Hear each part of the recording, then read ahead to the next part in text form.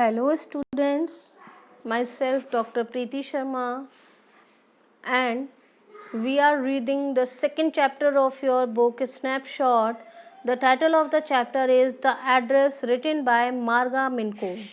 We have already started the chapter and we have gone up to a long detail of the chapter. In this chapter we have read that this is the story of the time when the Second World War was going on. At that time, we read in the story there were two ladies, Mrs. Darling and Mrs. S. Mrs. Darling was a greedy lady and Mrs. S was a victim of circumstances because of the World War II. Mrs. S had to give all her costly, precious, antique things to Mrs. Darling so that she can keep them safely in her house. But meanwhile she died. Who? Mrs. S. And after her death, the daughter of Mrs. S went to that address, that is 46 Marconi Street. But when the daughter of Mrs. S reached there, Mrs. Darling denied to recognize her, and moreover she did not let her enter in her house. The girl said that she did not want to confront with her old memories, but even then, as she was eager to see them once more because they were related to her past, so she again decided to go there. वो दोबारा वहाँ जाने का decide करती है और वहाँ पहुँचती है, ठीक है। और देखते हैं अब जब वो सेकंड टाइम पहुँची तो उस टाइम जो डोर था वो मिसेस डॉर्लिंग की बेटी ने खोला। और देखते हैं अब आगे का कॉन्वर्सेशन उनके बीच में किस तरह चलता है।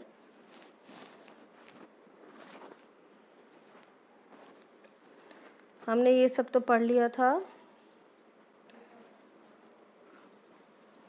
हमने यहाँ तक पढ़ लिया था। No matter, I will wait for her. उसने मिसेस एस की डॉटर ने कहा, I will wait for your mother if she is not at home. Now let's read further. I followed the girl along the passage. The old fashion iron Hanukkah candle holder hung next to the mirror. We never used it because it was much more cumbersome than a single candlestick. Now उस जैसे ही वो जो Mrs Darling की बेटी थी उसने gate खोल दिया। वो तो मिसेस डॉर्लिंग की तरह नहीं थी, रूड। मिसेस डॉर्लिंग ने तो मिसेस एस की डॉटर को अंदर भी नहीं आने दिया था, लेकिन मिसेस डॉर्लिंग की डॉटर ने गेट खोला। जो मिसेस एस की डॉटर है वो उसके पीछे पीछे पैसेज यानी कॉरिडोर यानी गैलरी जो होती है उससे होती हुई अंदर जा रही हैं। और उसने जाते जाते देखा कि जो पैसेज है उसमें एक old fashion Hanukkah candle holder टंगा हुआ है। वो बहुत ही बड़ा था, ठीक है। कैंडल होल्डर था, बहुत पुराने टाइम का, एंटीक था, बहुत बड़ा था। और उसे याद भी आता है मिसेस एस की डॉटर को कि ये इतना बड़ा और इतना कम्बरसम था, मीन्स इतना हैवी था, डिफ़िकल्ट टू यूज़ था कि हमने उसे कभी यूज़ ही नहीं करा। और एक उसकी जगह एक हमने सिंगल कैंडल होल्डर जो स्टिक थी उसको यूज़ करा, क्योंकि उसको यूज़ करना बहुत डिफ़िकल्ट था। मीन्स जैसे ही वो लड़की उस घर में घुसी उसको अपनी पुराना सामान, अपने घर का सामान एक दूसरे के घर में सजा हुआ दिखाई देने लगा। Want you sit down, asked the girl. उस लड़की ने यानी मिसेस डॉर्लिंग की डॉटर ने मिसेस एस की डॉटर से कहा, क्या तुम बैठोगे नहीं? She held open the door of the living room. उसने लिविंग रूम यानी ड्राइंग रूम का दरवाज़ा खोला। आई वेंट इनसाइड पास्ट हर। उसके पीछे पीछे मिसेस एस की डॉटर जाती है। आई स्टॉप्ड हॉरिफाइड, लेकिन अंदर जाते ही वो बिल्कुल घबरा गई, डर गई और रुक गई। I was in a room I knew and did not know, क्योंकि उसे इस बात को देखकर बड़ा ही सरप्राइज था। वो एक ऐसे रूम में थी जिसको ना तो वो जानती थी और एक तरफ जानती भी थी। वो कैसे, आगे देखते हैं। I found myself in the midst of the things I did want to see again but which oppressed me in the strange atmosphere, क्योंकि वो अपने आप को उस सामान के बीच में प्रेजेंट पाती है जिनको वो पहचानती थी, जानती थी, जो उसकी ओल्ड लाइफ को बिलोंग करते थे, लेकिन जो कैसे थे, एक स्ट्रेंज एटमॉस्फेयर में थे, बड़े ही रफली मैनेज थे। और because of the tasteless way everything was arranged. और हो सकता है उसका हॉरिफाइड होने का या उसका शॉक्ड होने का एक रीज़न ये भी था कि everything was arranged in a very rough manner, in a very mismatch manner, क्योंकि वो सब उनको फ्री में मिल गया था ना, तो मिसेस डॉर्लिंग को उसकी कदर नहीं थी। बड़ा ही बेकदरी से उन्होंने वो सारा सामान अपने घर में सजाया हुआ था। tasteless way everything was arranged because of the ugly furniture of the muggy smell that hung there। उस स्मेल की, उस गंदी स्मेल की वजह से, उस मॉइस्चर वाली गंदी स्मेल की वजह से जो उस फर्नीचर में से आ रही थी, because of the ugly furniture musty smell which hung there, I don't know but I scarcely dare to look around me। वो मुश्किल से अपने चारों तरफ देख पाती है। The girl moved to a chair। वो जो मिसेस डॉर्लिंग की डॉटर थी उसने एक चेयर निकाली। I sat down and started at the woolen table and stared at the woolen table cloth। और उस चेयर पर बैठकर मिसेस एस की डॉटर उस वूलन टेबल क्लॉथ को देखने लगी जो उसका था पुराना। आई रब्ड इट। उसने उसको रब स्टार्ट करा, उस टेबल क्लॉथ को रब करना। My finger grew warm from the rubbing.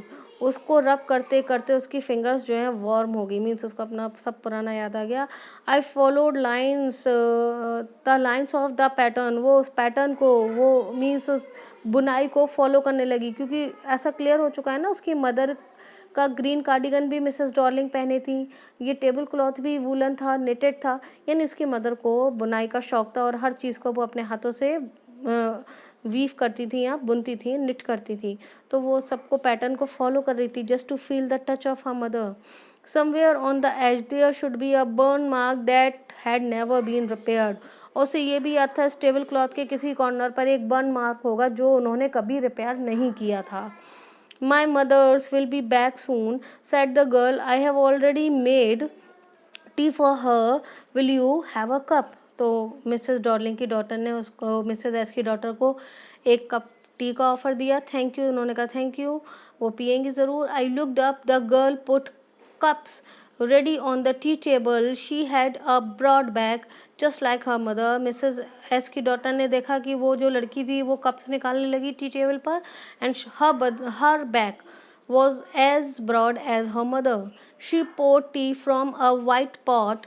All it had was a gold border on the lid। I remembered she opened the box and took some spoons out। तो T सर्व करने के लिए Mrs Darling की daughter ने एक pot use करा white colour का, जिसके लिड पर किनारे पर गोल्डन बॉर्डर था, और स्पून्स और बॉक्सेस में से निकाले। और वो सारी चीज़ें देखकर मिसेस एस की डॉटर को अपना पुराना सारा कुछ याद आ गया, क्योंकि ये सब सामान उन्हीं का था जिनको वो लोग यूज़ कर रहे थे। That's a nice box. I heard my mother voice. I heard my own voice। It was a strange voice, as though each sound was different in this room। उस सारे क्रॉकरी को देखकर मिसेस एस की daughter ने कहा कि ये बहुत सुंदर बॉक्स है और सब कुछ बहुत सुंदर है। उसको अपनी ही आवाज़ इस स्ट्रेंज एटमॉस्फेयर में स्ट्रेंज लग रही थी। ओ यू नो अबाउट देम। तो मिसेस डॉर्लिंग की डॉटर ने पूछ लिया, क्या तुम्हें ये सब के बारे में पता है? She had turned around and brought me my T. और उसने मिसेस डॉर्लिंग की एस की डॉटर को टी दी। शी लाफ्ड, और वो हंसने भी लगी। My mother says it's antique. उसने ये भी बताया कि ये सब, किसने बताया? ये बोल रही है मिसेस डॉर्लिंग की डॉटर। उसने बताया कि ये सारा सामान एंटीक है, और ये सब उसकी माँ ने उसे बताया। We have got lots more. और उसने ये भी कहा हमारे पास ये सिर्फ इतना ही नहीं है क्रॉकरी जिसमें मैं आपको सर्व कर रही हूँ जो इतना एंटीक है। We have lots of antique crockery and furniture in this house. She pointed round the room. और उसने अपने रूम को पॉइंट आउट करके उसको बताया, सी फॉर योर सेल्फ। उसने कहा why don't you see by yourself, the room is filled with all such type of antique things all around us. उसने दिखाया, लेकिन वो क्या दिखाना चाह रही है भाई, उनको तो पहले से पता है। उस बल्कि मिसेस डॉर्लिंग की डॉटर को नहीं पता कि वो जो सामान मिसेस एस की डॉटर को दिखा रही है उसके लिए तो वो नया नहीं है, लेकिन शायद ये बात मिसेस डॉर्लिंग की डॉटर के लिए न्यू है कि ये सारा सामान उसकी मदर ने गलत नीयत से अपने घर में रखा हुआ है। I had no need to follow her hand. Mrs S की डॉटर कह रही है मुझे ज़रूरत ही नहीं थी मैं उसको फॉलो करूं। मैं उस चीज़ को फॉलो करूँ, वो मुझे क्या दिखाना चाह रही है, क्योंकि मैं जानती थी इस घर में क्या मेरा है क्या मेरा नहीं है। I knew which things she meant, उसे पता था वो क्या चीज़ें दिखा रही थी। I just looked at the still life over the tea table, वो अपने टी टेबल के ऊपर बिल्कुल स्टिल होकर बैठी थी, उसने कुछ नहीं देखा। As a child I had always fancied the apple on the water plate, क्योंकि शुरू से ही उसको an apple on water plate वाली जो कहावत थी वो शुरू से याद थी। We used it for everything, उसे याद है कि इन सारी चीज़ों को, वो जो क्रॉकरी दिखा रही है, इन चीज़ों को वो शुरू से अपने रोज़मर्रा के सामान में यूज़ करती थी। शी सैड, उसने कहा, once we even ate off the plates hanging there on the wall, उसने ये भी बताया कि कभी कभी हम उन प्लेट्स में भी खाते हैं जो वॉल पे टंगी है, जो इतनी एंटीक हैं। I wanted to so much but it wasn't anything special, लेकिन उसने कहा वो सब कुछ जानना चाहती थी मिसेज एस की डॉटर, लेकिन ये कुछ स्पेशल नहीं था। I had found the burn mark on the table cloth, इसी बीच में उसको उस टेबल क्लॉथ का वो बर्न मार्क मिल गया जिसको वो ढूंढ रही थी। The girl looked questioningly at me, Mrs Darling की डॉटर उसकी तरफ बड़ी ही अजीब निगाहों से, जैसे वो उससे कुछ पूछना चाह रही हो, देख रही थी। Yes, I said, you get so used to touching all these lovely things in the house, you hardly look at them anymore. You only noticed when something is missing because it has to be repaired or because you have lent it for example. अब Mrs Darling की, जो Mrs S की daughter है, sorry, उन्होंने कितने अच्छा जवाब दिया मिसेस डॉर्लिंग को, डॉटर को। उन्होंने कहा, I said you get so used to touching all these things lovely things the house, you already look at them any more. उन्होंने कहा जो तुम्हारे घर में सामान होता है तुम उसको अक्सर यूज़ करते रहते हो, उसको देखते रहते हो, टच करते रहते हो, उसको हमेशा देखते भी रहते हो, लेकिन तुम्हें उनकी याद कब सताती है? Only when notice them something is missing, लेकिन जब तुम उन चीज़ों में से किसी चीज़ को मिस करते हो, उसे अपनी जगह पर नहीं पाते हो, तब तुम्हें उस चीज़ की वैल्यू ज़्यादा आती है। रोज़ तुम उनको देखते हो, छूते हो, यूज़ करते हो, तो वो चीज़ें तुम्हें इतना अट्रैक्ट नहीं करती, मीन्स उनका इतना ध्यान तुम्हें नहीं आता। But when you find something missing from its place, all of a sudden it captures your attention because it has to be repaired or because you have lent it for example।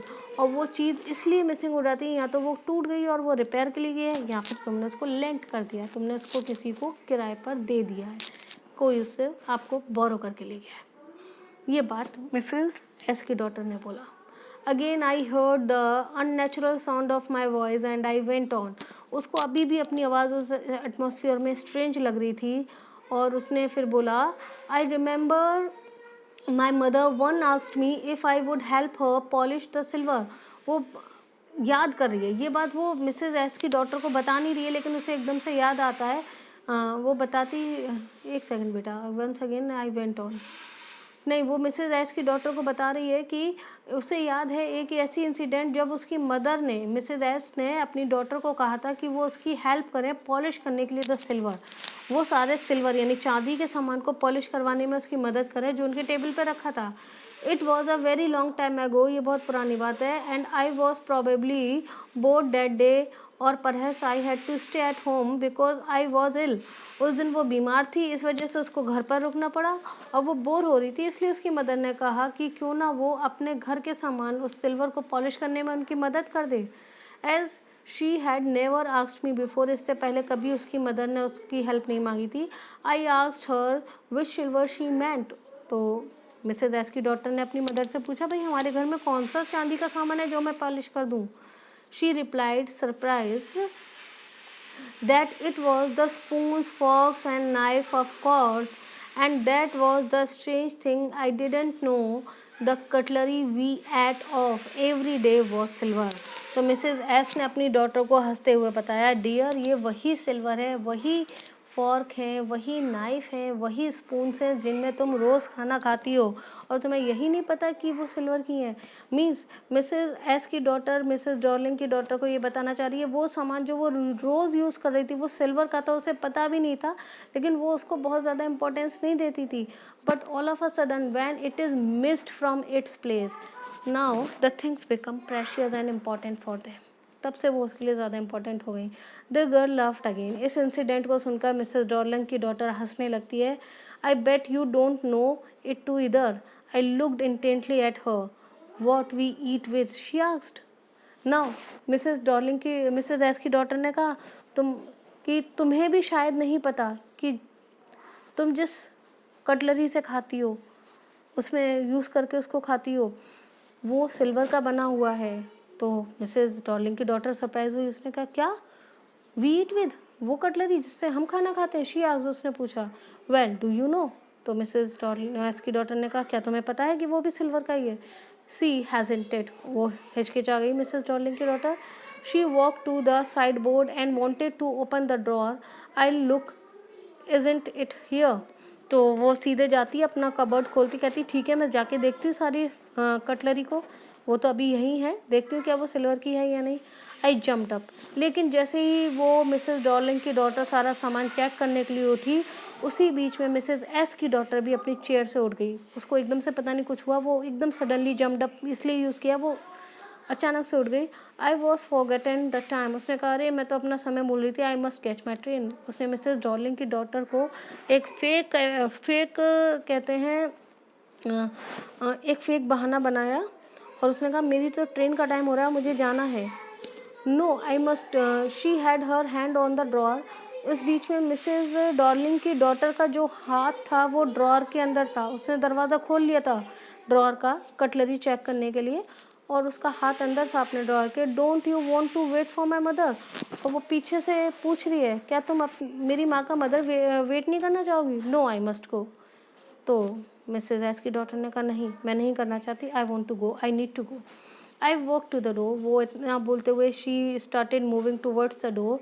The girl pulled her drawer opened.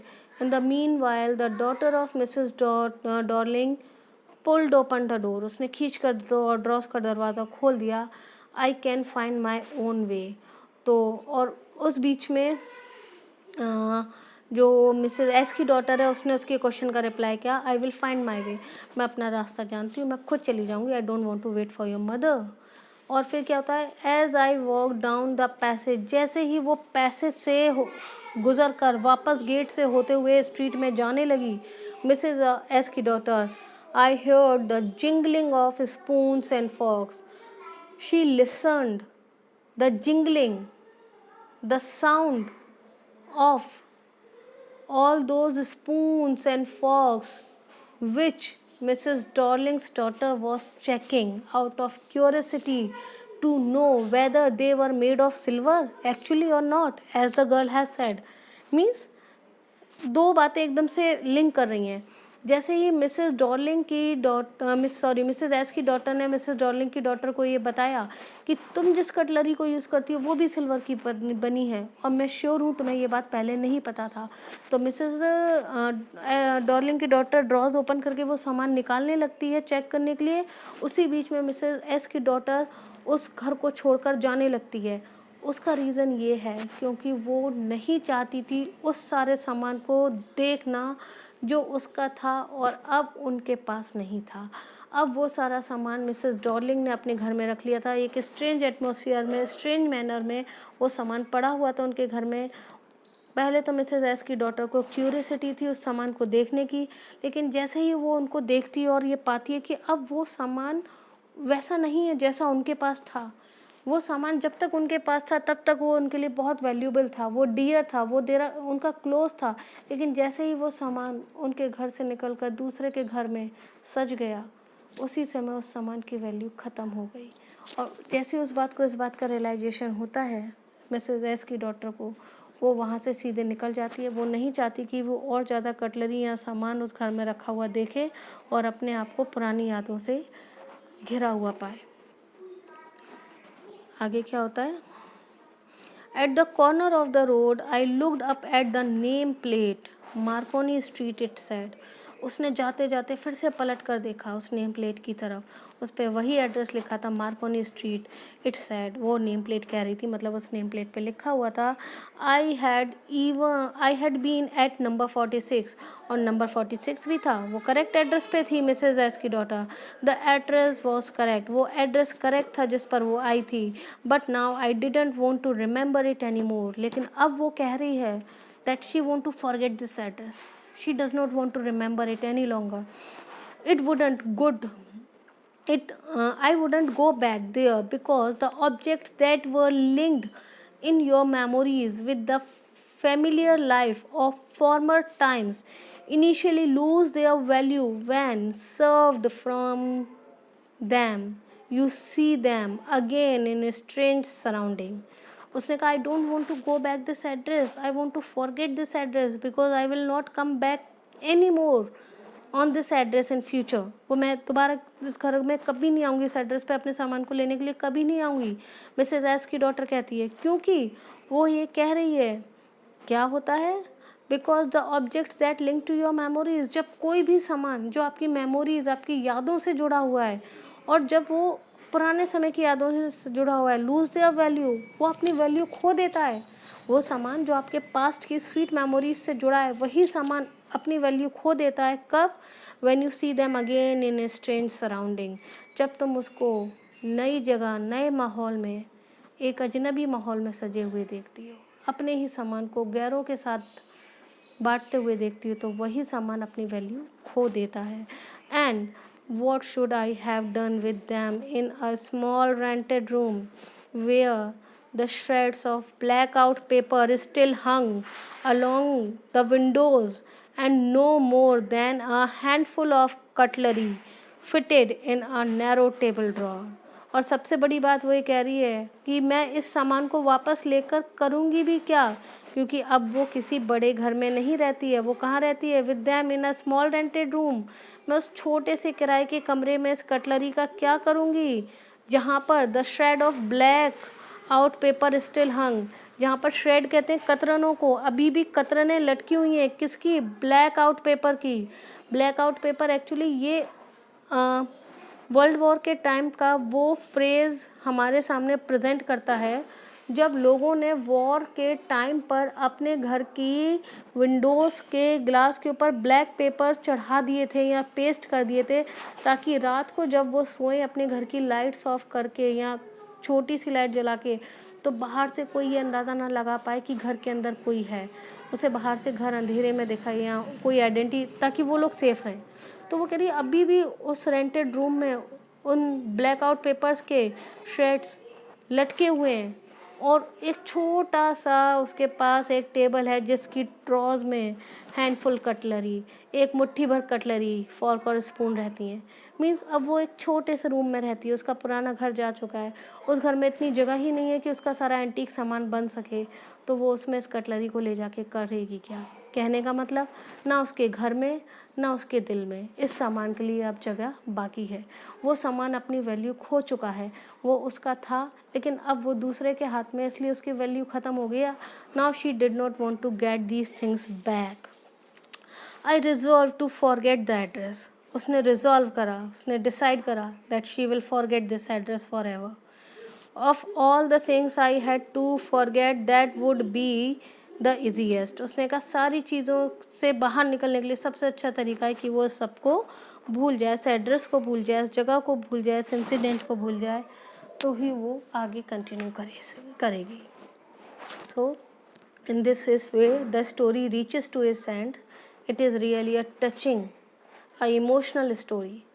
Really, it's very difficult to feel the pain of a person who loses everything just because of such crucial incident of our lives.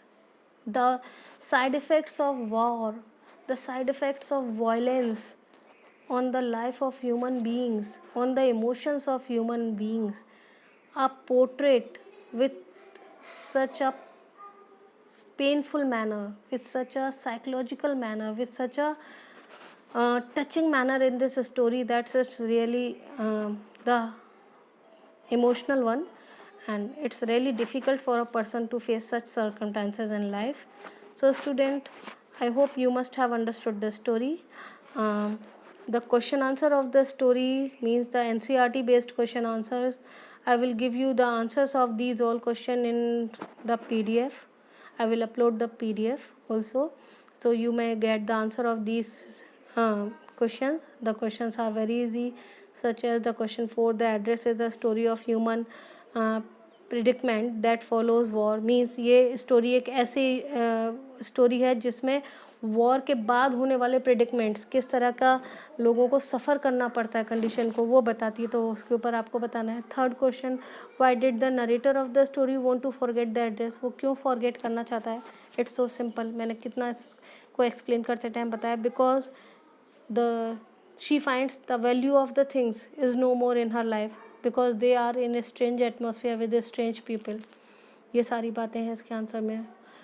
ठीक है, तो ये जितने भी questions हैं इनके answer मैं आपको PDF में अपलोड कर दूँगी.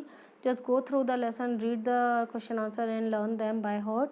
And if you have any confusion you can contact me. And as I have told you to prepare the two notebooks, one is of writing and one is of literature. पर hornbill और snapshot divide करके बनाइएगा बेटा. Hornbill का काम hornbill के portion में करिएगा, स्नैपशॉट का स्नैपशॉट में करिएगा. बिल्कुल ऐसा मत करिएगा कि 4 चैप्टर आपने हॉर्नबिल के कर लिए और उसी के जस्ट बाद आपने स्नैपशॉट शुरू करा. अपनी नोटबुक्स को 2 पार्ट में डिवाइड कर लेना या 2 अलग अलग बना लेना. It's all up to your choice. Okay, have a nice day and look after yourself.